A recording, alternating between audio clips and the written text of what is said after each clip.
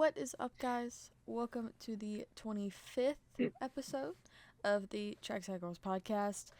And Lakota got it right. And so did Molly. Yes. This is also Lakota's death episode. mm, I'm dying. but, as always, NASCAR first. There was no race because they're currently in the Olympic break. But there is still a little bit of news that has come out. We have Ross Chastain is going to be running the IMSA Michelin Pilot Challenge at Road America this month of August.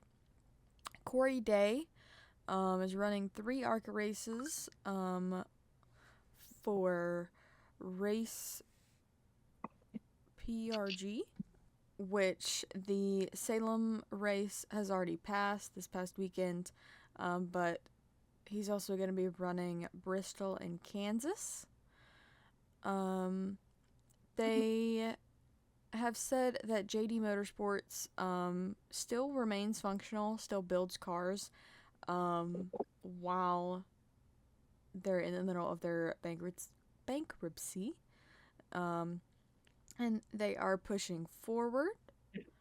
Really, I feel like the biggest news of the NASCAR world for the week is Corey Lajoie will not return to Spire Motorsports. So we originally assumed that Rodney Childers was going to end up being Corey Lajoie's crew chief because honestly, Corey, even though he has no wins in the top 3 national series, he kind of built Spire. He's been a major hand in that team, but he will be leaving at the end of 2024. A lot of people think that Spire might try to buy out Kyle Busch's contract and get him over to Spire, which right now kind of looks like an appeasing option. Well, Kyle Busch has ran truck races for Spire in the beginning of the season, and that technically was his old truck team. So we may or may not see Kyle Busch going to the 7. We shall see. I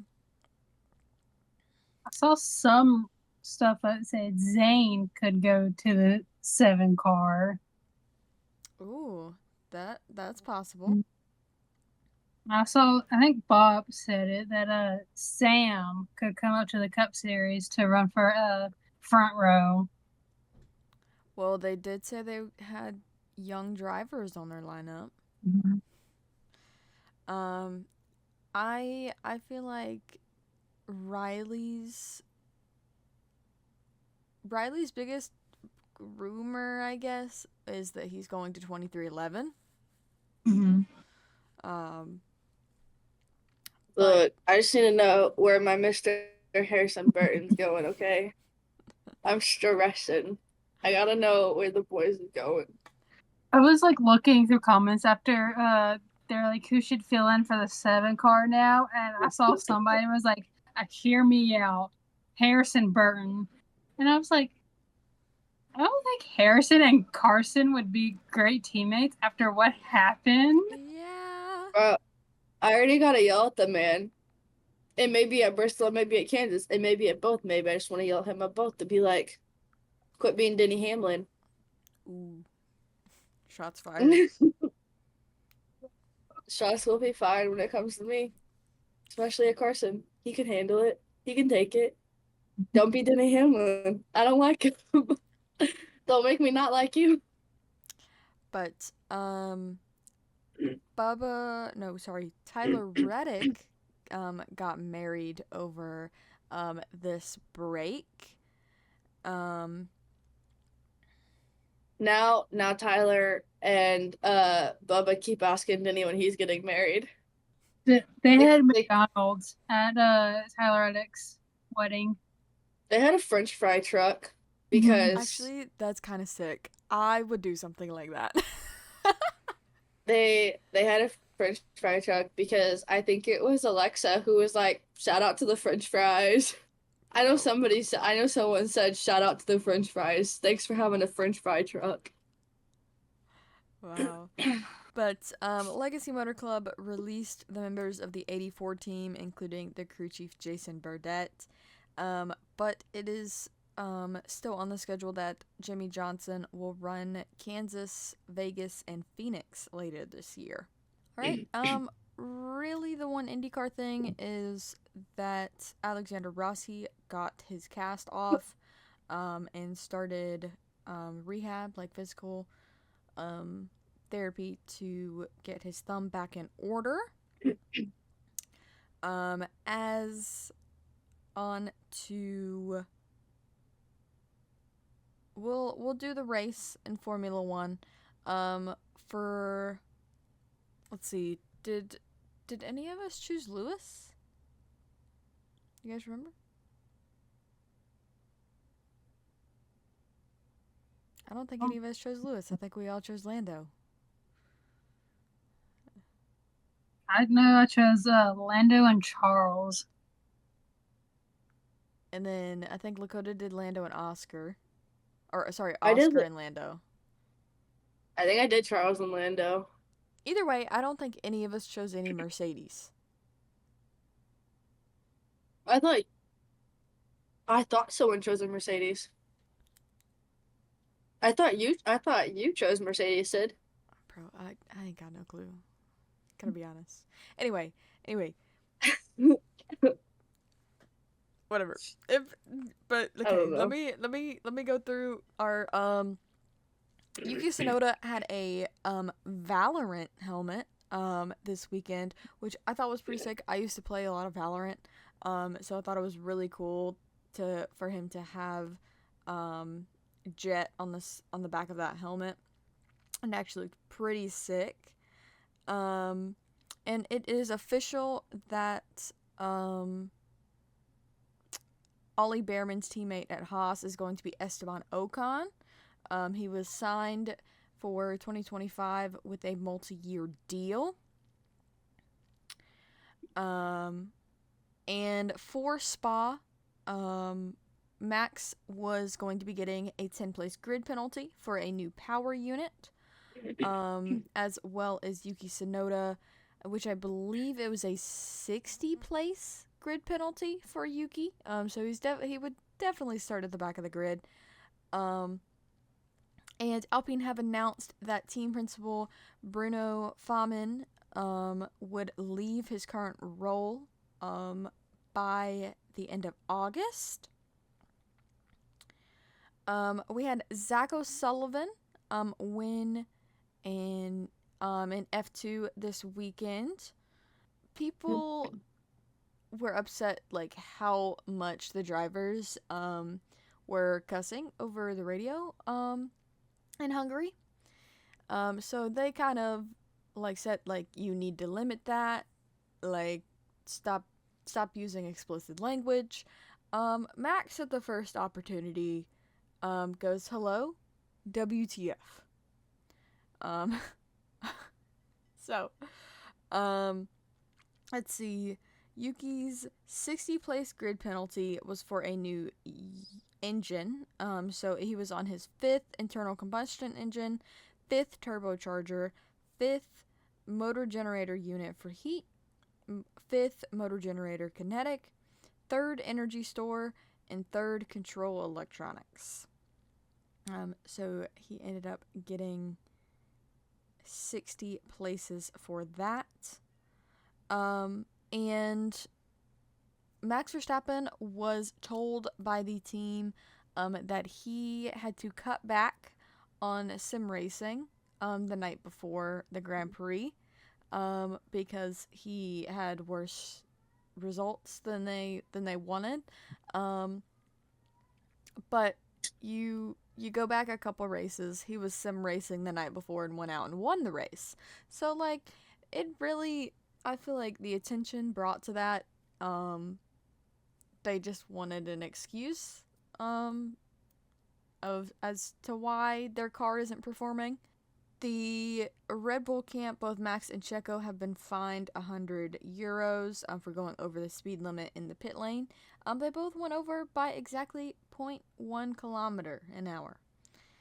Zhou Guanyu got a 3-place grid penalty for impeding Max in Q1 over the weekends. And this weekend marks 4 teams this season have had 1-2 finishes with the original results of the Belgian Grand Prix. We shall talk about that in a second. Daniel Ricciardo was seen talking to Christian Horner and Laurent Mekies after the race. And really, the biggest news that I think is honestly kind of surprising, Carlos Sainz is going to be joining Williams for 2025, or 2025, 2026, and beyond. We know James Vowles was very, very vocal about wanting Carlos Sainz, but I feel like this is a major downgrade coming from Ferrari.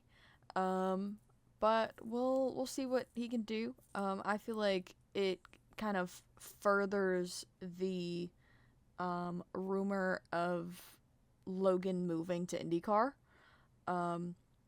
Because even though I want to say if it was either before this season or during last season, James Vowles was really behind Logan on him getting a second year, and then barely halfway through the season, which this actually marks halfway, you get about 3 races in, and James is already talking about trying to find somebody else for the 2025 seat to replace Logan. So James Vowles I'm not really the biggest fan of him with the way that Logan has been treated. But on to the race. In FP1, Daniel Ricciardo spun. Esteban had to return to the garage because he had a water leak. But it ended with Max P1, Oscar P2, and Alex Albon P3. In free practice 2, really the general consensus of the weekend for Oscar Piastri was he was touching the gravel so much over the weekend. But it was Lando P1, Oscar P2, and Max P3. FP3 was a wet session, multiple drivers going through the gravel. And Lance Stroll actually hit the wall coming out of Eau Rouge and ruined the front left wheel, suspension, all of that when he hit the wall. Carlos went into the gravel but keeps it going. It was Max P1, Oscar P2, and Pierre Gasly P3. For qualifying, it was a wet session. Out in Q1 was both Haas, Yuki, Logan, and Zhou Guanyu. Q2 out was Alex Albon, Pierre Gasly, Daniel Ricciardo, Valtteri Bottas, and Lance Stroll. Oh my gosh, I can't read today. Perez, Checo, skims through into Q3 by 0.003 over Alex in 11th. For Q3, Max was fastest, so technically he would have gotten pole if he did not have his 10-place grid penalty. which means Charles Leclerc inherited pole. It was Checo in second and Lewis P3. For the race, Carlos through the gravel. You had Zhou Guanyu retire from the race, and it ended up being a Mercedes 1-2 with George winning on a one-stop strategy, but was disqualified due to being underweight.